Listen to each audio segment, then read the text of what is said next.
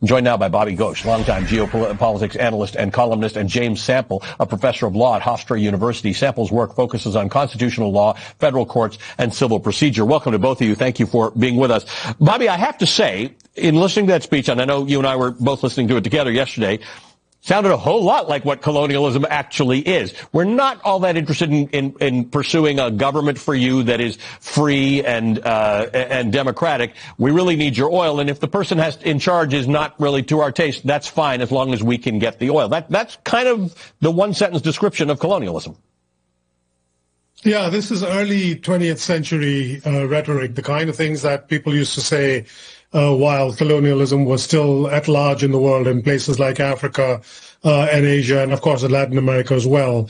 It was quite surprising to hear that, and not even an attempt to give it a veil of 21st century sort of gloss of the kind of things that we used to hear even from the Bush administration during the occupation of Iraq. There was no attempt to sugarcoat this at all from the president. He was pretty clear what he wanted. And by the way, these go against the things he himself has said in the past. He said he didn't want regime change. He didn't. Now he has essentially changed the regime, and he's defending that position.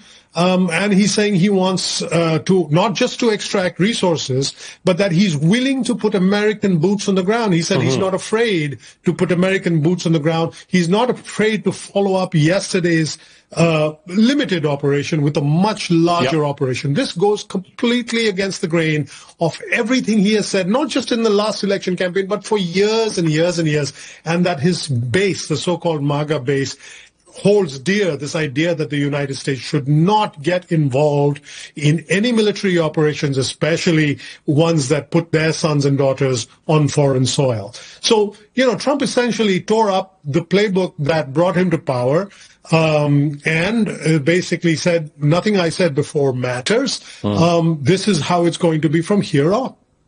So, James, there are a lot of echoes of Iraq here, including the idea that there's lots of oil and it's going to pay for itself. But put that aside. To Bobby's point, and I'm sure a lot of our viewers remember this sharply, whether or not the Bush administration was lying or believed what they were saying, they did spend months trying to create a legal justification for going into Iraq. That effort doesn't seem to be underway here. It seems to be loosey-goosey. In fact, the Secretary of State yesterday said this was a law enforcement operation supported by the military. In other words, it was meant to be the arrest of Nicolas Maduro and his wife and their extradition to the United States. That's a hell of a lot of 150 planes and 15,000 troops and an air carrier strike group and F-35s off the coast of Venezuela to arrest two people. That seems more like the landing at Normandy. For all of the similarities and all of the issues, all of the flaws, the deeply, deeply flawed Iraq scenarios, there was one thing there that there is not here. An AUMF, an authorization for the use of military force.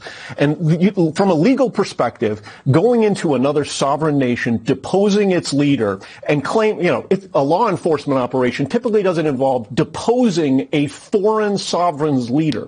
Legally speaking, there's an international law component and there's a domestic law component. On an international law front, there are basically three ways in which you can be authorized to go in and to another sovereign nation. You can do it by consent. Didn't happen here. You can do it by self-defense. No way. The administration is going to try and argue that there's self-defense, right? The narco-terrorism label. But that's such a reach. It's beyond the pale. Or you can do it by a UN Security Council authorization. None of those things happen. The United States is a party to the UN Charter. Right? So that makes it the supreme law of the land under Article 6 of the Constitution. So domestically, there are some OLC opinions that authorize force in limited circumstances that may or may not be applicable here. But when you're talking about regime change, that is, domestically speaking, very much within Congress's prerogative, right? That's the branch of the government that is closest to the people. For them to not even have been consulted here, they are the branch that passed that AUMF. Didn't happen here. So, Bobby,